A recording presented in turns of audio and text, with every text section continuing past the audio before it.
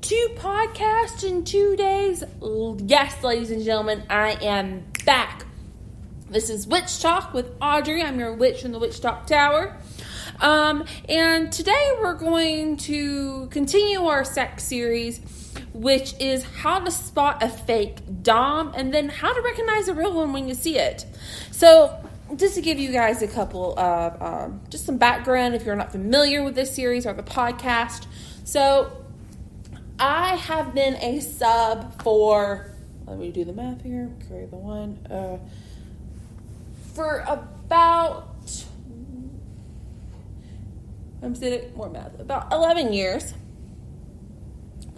And my first experience with a dom was a fake one, and it lasted a second. And the thing is that I didn't have any education when it came to the kink world, and I had to find out these things by myself and experience it.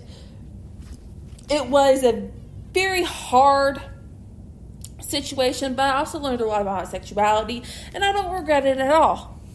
But it's also, I see a lot more people becoming open when it comes to kink. A lot more people are wanting to learn. This is a good way to experience different kinds of sexual desires, preferences, different kinds of play. But the thing is, you want to do something that you can trust. And sometimes people talk a good talk, but they don't walk the walk. So I'm going to go ahead and give you the signs that I see as a fake dom, and then versus the signs that I see with a real dom. So let's go over the fake dom first. They're irresponsible as fuck. These are the kind of people that do not have their life together. They don't accept responsibility. They're irresponsible when it comes to money, personal care, job, responsibilities. It easily walks away. And even when you're in kink play and something goes wrong, they don't take responsibility for it. It's kind of like that accidental thing where, like, oh, we put it in the wrong hole by accident. And they're like, well, I mean, it's not my fault. That's bullshit. That is a fake dom mentality.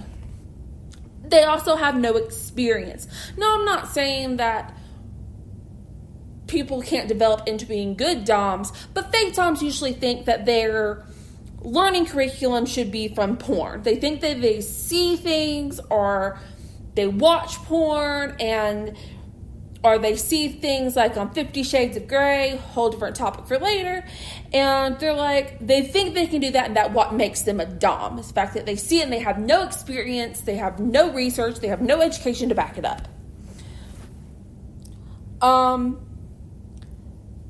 They also make demands, and this is what I mean by demands. They demand to be called master, daddy, sir, without negotiating contracts extent. They demand for something out of you without being talked or negotiated before. They demand unquestioned respect and trust, even though that they abuse it and they don't talk about or communicate about what's going on. It's a demanding process. And not just is that highly disrespectful, but it also not just is that extremely dangerous too. Because I'm going to be very honest. In kink, it's a lot of fun and it's wonderful. There's a lot of things that I've got from the kink first that I cannot experience anything anywhere else in this world. But it also can be really dangerous. Breath play, knife play, primal play, all of these things can be extremely dangerous. Choking, rigging, all of these things are extremely dangerous if not done properly and safely. And these fake doms are very disrespectful when it comes to that. Is that they call you pet names, like little kitten slave. And I see this all the time on TikTok, especially with kink talk. If you're not on kink talk and you're a kinkster, do it. It's the best. And it's so fun, and it's a great way to meet other people that are into the same things that you are. And with a lot of, and I see in a lot of their comments, they're getting called, I see a lot of these fake ass dogs be like, you call me daddy now, and things along those lines. No. Shut that down. That is a title that is earned, that it takes hours of negotiation, hours and days and weeks and years of trust. It takes an enormous amount of respect to earn those titles. And it takes a lot of privilege for for people to call you these names. These things are highly respectable to you because they don't respect your soft limits, your hard limits, contracts, negotiations, your wants, needs, desires, or well-being. Okay. They ask for money or gifts. This goes hand to hand in their responsibility. They're like, because you are my sub, you owe me something. No. And that's what a lot of people don't realize, is that doms do not have the power in these relationships. It's the sub. It's the sub that gives the permission in these situations that have been negotiated, contract, and the sub and the dom has consented to this, and that's what it all leads to. There should not be any demands or requirements for gifts and money. And I'm also going to say this on the flip side of that. I have had a dom in the past that we were required in our contract to go on a date once a month. And he would pay for it because for the kind of dom he wanted to be. He was a soft dom. And he was a dom, and he was a real dom that cared about my well-being. And it would go through the process of him feeding me or him bringing me something that he thought I needed or things along those lines of doing the taking caring. And we would get little things for each other because we're also friends, but there were no demands on anything. It wasn't like, you buy me a brand new PlayStation, or we're not going to do that thing that you like, or something along those lines. So, no money exchange demands, no gift demands, no ransoms. This is the big one. This is a major. The next couples are going to be really, really major, so please keep your eyes on this. Okay? Dishonesty, cheats, immature, no trust. I'm going to go over these ones at a time. Lies. Dishonesty has no place in relationships, and it definitely doesn't have a place in kink. Okay? And when I say lies, it could be lying about little things, or it could be lying about big things, like lying about sexually transmitted diseases. Or lying about how many partners he's sleeping with, or lying or she's sleeping with, or lying about. Dishonesty has no place when it comes to kink. It has no place when it comes to if they're lying, they're most likely lying about major things. And I mean lying about being married, lying about being in a committed relationship, lying about drugs, alcohol abuse, things that could endanger your life, especially in kink. Cheating. And I will say this, and I will say this, and I will say this, and I will say this. If you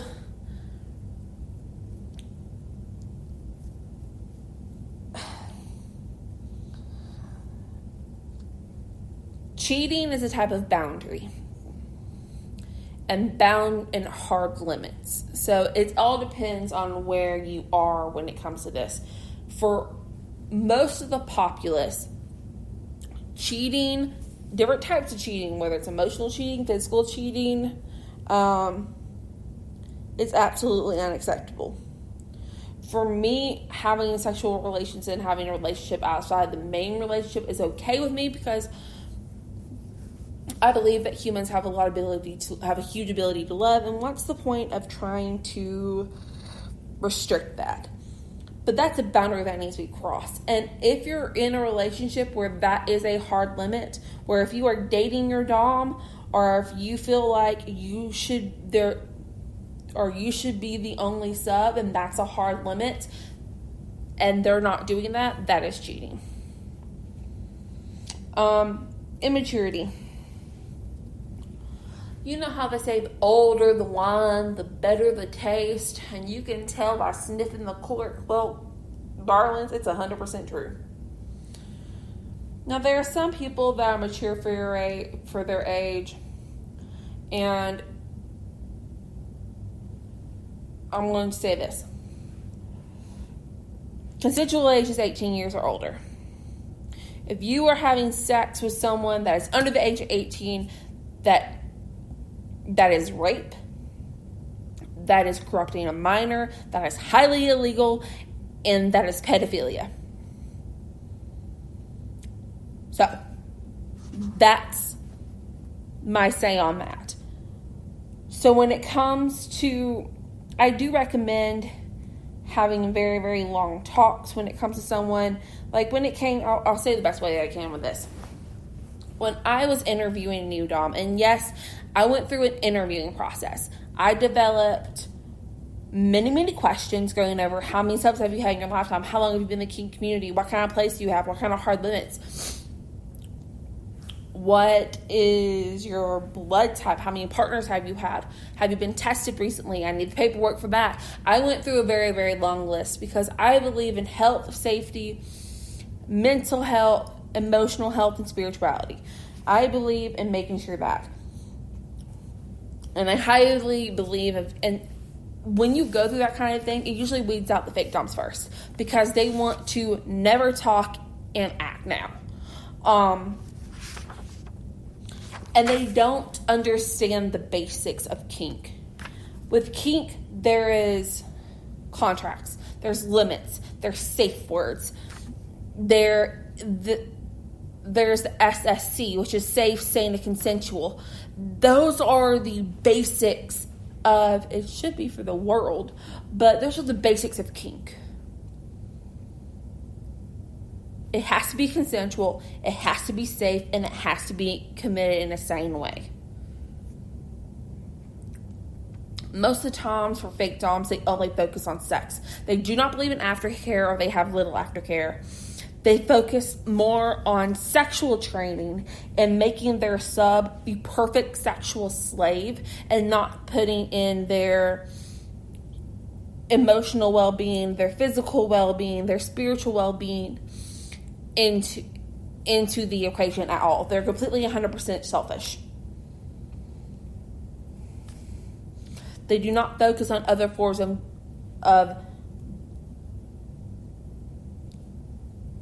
of being a dom, other aspects of being a dom. And this is how I'll say it, and this is what I'll use as an example. For my date nights with one of my doms, he would pick out what I would wear. He would, and these are consensual, already pre-approved, already negotiated dates, okay? He would pick out what I wear. He would pick out what I ate when we went to the restaurant. He would pick out what I drink. Most of the time it's water, because it's the most healthy, and it's Italian water, so it's unfiltered, so it has the minerals, vitamins, and nutrients that I needed. It had we had an app where it was under a joint account, but he could see where I would log in how many ounces of water I drank a day. When he asked after sessions, he'd be like, okay, I want you to drink 50 ounces of water after our session. Or it's cold outside, so I want you to wear long sleeves. And it's just little forms of domination. Like, for example, even when it came to non-domination in the bedroom or in the bedroom, it's having my hairstyle a certain way, or having heels off, or heels on, or hose, or whatever. Or it's just like little forms of domination. But with fake doms, they focus purely on the sexual because they're very selfish. They focus on manipulation, fear tactics, intimidation, power tripping, to turn you into the perfect sex slave for them and to give them the highest amount of pleasure. Now, the repercussions of a fake dom is that it can be traumatic. You can develop depression, anxiety, suicidal thoughts, things along those lines. So I'm asking everybody, and this is how the best way to know who is a fake dom and who's a real dom is ask questions and listen to the answers, and ask the right questions. And the right questions would be, for example, I can actually go through a couple right now. How's your financial situation? What do you do for work? What's your personal care routine? Do you have any life goals? What kind of experiences do you have with being a dom? How many subs have you had? If I talk to those subs, what would they say about you? When do you like to be called daddy, master, sir? Would you like to be called just in session or out of session? Would you like to be called when we're just spending time together? Do you want just a fully dom relationship where we just dom and then we go our separate ways once a week, or we're actually friends and we have a dom sub relationship or daddy lib relationship? I would like to be called blank. My safe words are blank. Are you married? What is your definition of cheating? When was a moment in your life where you felt that you truly matured as a dom and a person? Would you say you're trustworthy?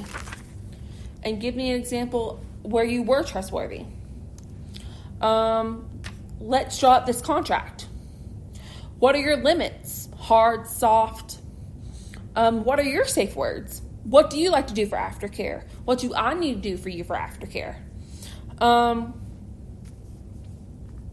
What kind of kinks or plays do you enjoy? What kind of diet are you on? What kind of diet do you want me on before we go into play mode or into a session? Do you have a record? What are some forms of non-sexual doming that you do? Are we going to have days where it's just non-sexual doming? And those are just some in a couple. I also highly recommend of not taking their word at face value. And anytime people stutter on these words, and believe me, I do have like my written essay or my written contract, and I sit there, and what I do is and I usually go out to dinner, and I pick in a corner far off in a restaurant, and this is my interviewing process to filter out my fake doms. Go to coffee, talk to them, talk about the basics. Hi, my name's Audrey. I'm blah, blah, blah. I do blah, blah, blah. I win blah, blah, blah. Tell me a little about yourself. And if they want to, no talk, negotiation, go straight to bed, fake dom, mark it off the list. And if you're like, okay, well, that's nice. Well, we can go to part 2. And then you can progress to part 2 where you actually sit and you ask all these questions.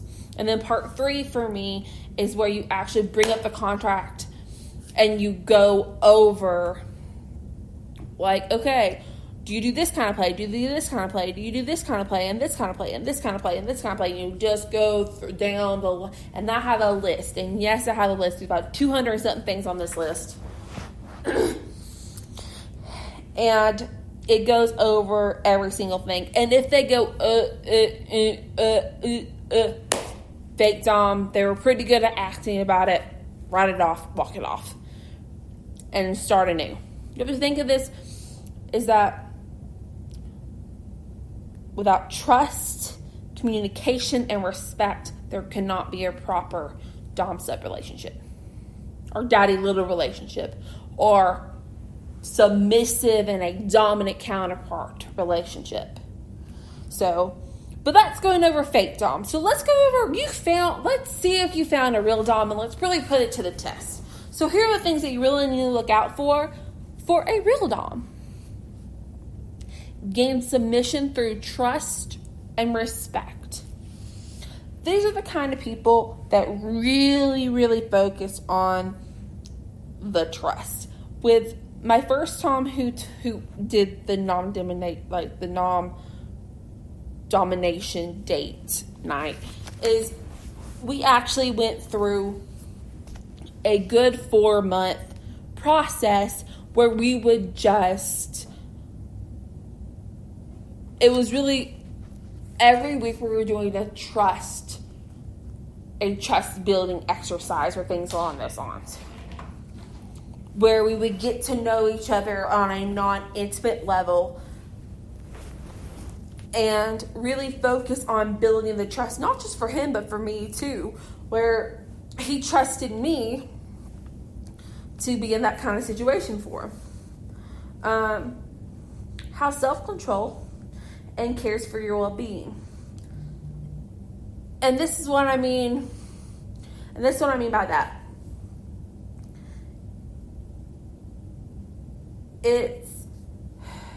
He knows the time and place where things should be taking place. Is that if you're just hanging out as friends, he knows that this is not a session, you're just hanging out, and it's what to be expected. And when I mean he cares for your well-being, and this is and you can actually, and some turn this into a non-domination kind of thing. Like, for instance, aftercare, he always wanted me to drink 50 ounces of water. But also on a regular basis, he was like, have you drank water? Have you eaten? Have you exercised? Have you meditated? Those are all things that I did, and he was just checking in on making sure that I was the best that I could be. Not just caring for me on a physical level to make sure I could perform sessions in this sub relationship, but also caring for me as a person also, and respecting me respecting me as a person, not a sexual object. Respecting whether it's my limits, my contracts, my safe words, in, out, and during scenes. And I'll use this for example. There are a lot of people that like anal. But I can tell you there are some people that don't like anal on every single time they want to have intercourse. There are some times where people are like, hey, I don't want to, and that's what each of my doms start with, be like, so what are hard and soft limits for this session? And for example, you'd be like, okay, I don't want to do anal today, or I don't want to do oral today. And you don't have to give an explanation or anything. You can just be like, I don't want to do that. And they'll be like, okay, let's negotiate this thing right quick.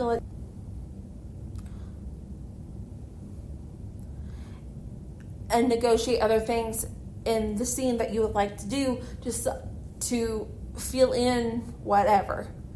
And they're respectful of those. And something else, they check up on you before, after, and through scenes. Like when you're in the middle of the scene, and our catchphrase, one of my catchphrases for my doms was, how you feeling? And for me, I have 3 safe words, not just one. And I'm using it like this. I have my green safe word, I have my orange safe word, and I have my red safe word. My green word is I'm golden. My yellow safe word is I'm good. But let's take it a step back and a little bit slower. It's getting a little intense. Ease me into it. Red is stop, halt, jump off the bandwagon, like cut the horses free, the barn is burning, let it go. Stop scene immediately. And he kept checking, because sometimes you get caught up so much in a scene that you don't want it to stop because you're enjoying it or you're not enjoying it, but you're still getting that dopamine hit, that you don't have the courage to stop in a scene. So when a dom constantly checks in with you, and even as a sub, you can constantly check in with your dom. It's like when you're doing something, it's making sure that the scene goes well and both parties are happy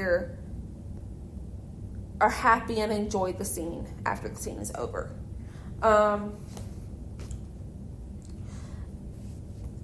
Real doms do research.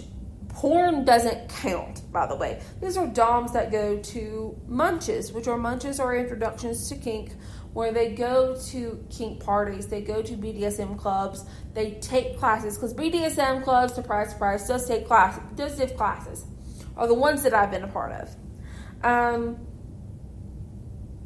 They do their research, and I'm not sitting there like reading a Wikipedia article. They do massive amounts of research. They talk to, there's most likely that they have other dom friends that have been at it for years, or they have a dom mentor that they ask and they talk to, and they're like, okay, my sub is interested in primal play. I'm going to research primal play. I'm going to talk to people about primal play. I'm going to take classes on primal play, and then I'm going to do an experiment session on primal play with my sub. And at any time where anything could go wrong, we'll throw up the red safe word. There's communication. Before, during, after, always. That's when communication should be taking place. You should not be communicating on days of just sessions when it comes to your dom. Your dom should be communicating you on a regular and consistent basis. And consistent and regular are the key points here that we really need to be focusing on. These are the doms need to be communicating you before a scene, during the scene, after a scene, and always. They work very hard at being a doms. They're always critiquing themselves. They strive to seek the well-being for their sub. They're very thoughtful, respectful, and they practice on being a good dom. They're always willing to change and evolve their styles to better suit their sub. And they always accept responsibility. And I'm going to say this. Everyone fucks up. Everyone fucks up. Sometimes people get, especially when you're experimenting with something new and with a new person, and people have different tolerances. I have been with a dom that I trusted completely and 100%, and they grabbed me too hard and it hurt. And not in a good way. And I threw up my red safe word, and they stopped immediately. And they went straight into aftercare. And they went straight into, how can I help you? And give me a second to breathe and to get off the dopamine railing that I've just experienced. Help me take care of what happened. Talk to me about what happened, what they did wrong, how could they fix it, and taking steps to making sure I'm emotionally, mentally, and physically okay with what happened. And also making sure that he's mentally, emotional, and physically okay, because he didn't mean for it to happen. You know? And that's the key of finding a real dom. And if you're getting into the kink verse, if you're getting super curious about it, and you're wanting to find a dom, or if you're experienced and you keep coming across these people that talk the talk but they don't walk the walk, well, here's a guide of how you can find it. You can find pre-made contracts and a list of kinks the internet. If y'all are really truly interested, I can post BDSM questions on my blog. That way y'all have that. So y'all can send me a message or send me a tweet, snap, things along those lines. And for those of you who don't know, Witch Talk has recently acquired a Snapchat, a Twitter, and it has acquired a TikTok. So, that's gonna be fun. So, just to give you guys a heads up, there's other ways to communicate with me. I'm trying my best to be able to be open with you guys as much as possible. I highly encourage people to ask questions. I had a lovely lady today that asked me a question, and I responded to her. And I really try, whether you want to send me words of encouragement, words of criticism, respectfully, make sure everything is respectful in everything that you do, just in general. Criticism, respectfully, encouragement, questions, concerns, comments. By all means, I'm always open for it. You can always contact me on, just to let you guys know, my Facebook,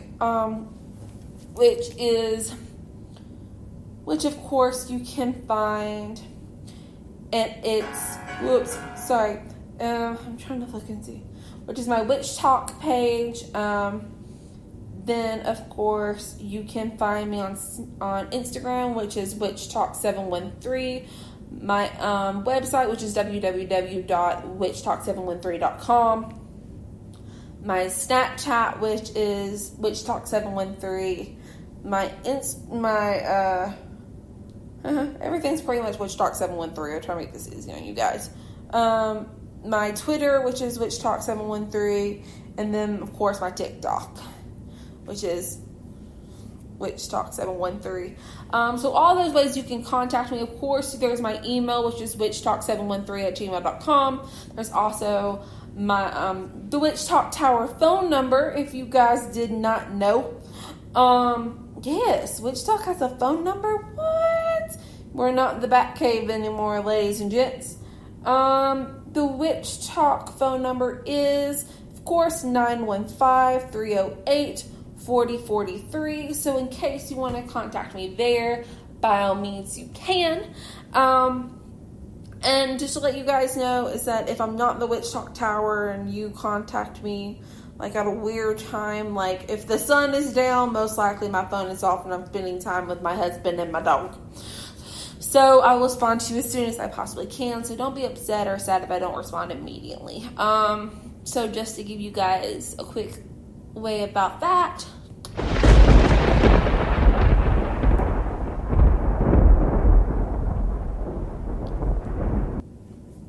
So guys, thank you so much for tuning in with me. I'm trying to get back on a normal schedule for Witch Talk.